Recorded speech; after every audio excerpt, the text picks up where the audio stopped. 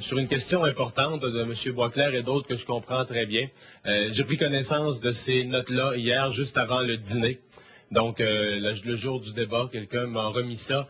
Et pour moi, c'était absolument essentiel, incontournable que ce soit soumis au premier ministre parce qu'on fait le bilan de la gestion du gouvernement dans le cadre d'un débat. Et ces faits-là font partie de la gestion du gouvernement, des décisions du gouvernement, de ne pas rendre public des faits comme ceux-là. Vous allez me permettre de faire un résumé des faits. Parce que ce qu'on a appris en voyant ces notes, c'est que le gouvernement savait. Le gouvernement connaissait l'existence d'un problème particulier avec le pont du viaduc de la Concorde.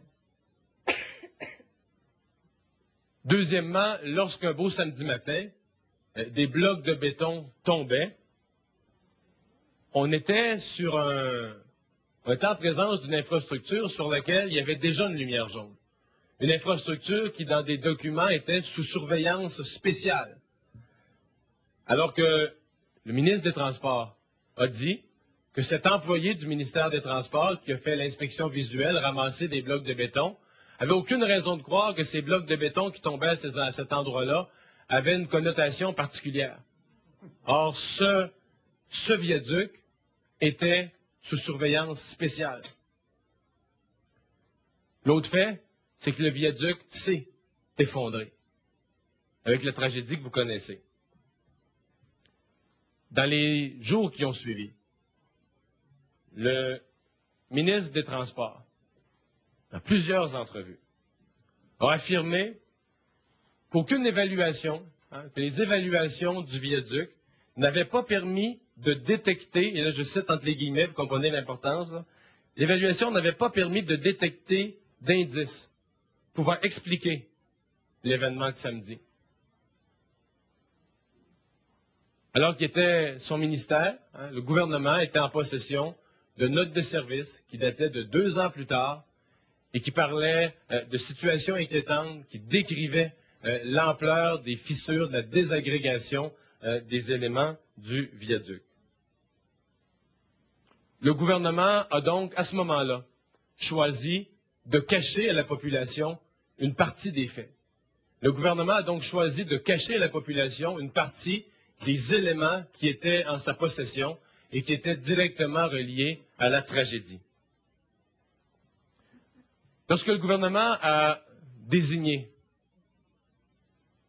le président de la commission d'enquête, je me suis inquiété.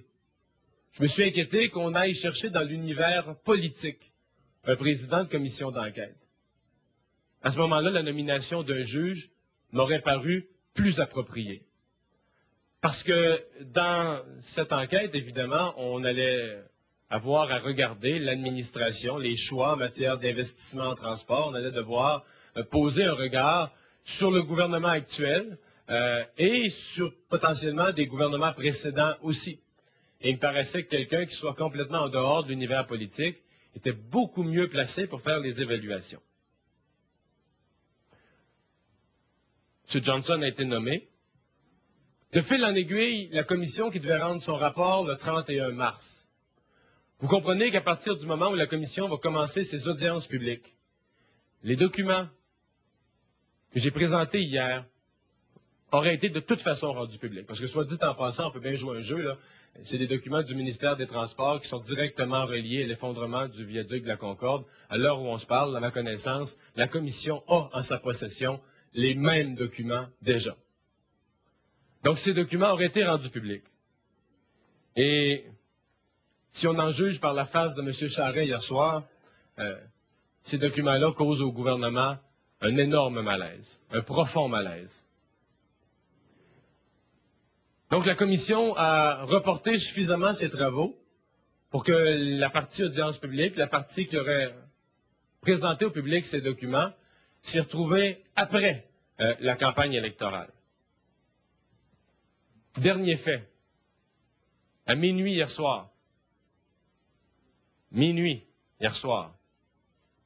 la commission d'enquête en question, sous l'ordre sûrement de son président, émet un communiqué de presse dans les suites du débat des chefs, d'un événement évidemment un événement partisan au cœur de la campagne électorale, au cœur des débats politiques chauds que l'ensemble des citoyens du Québec sont en train d'avoir.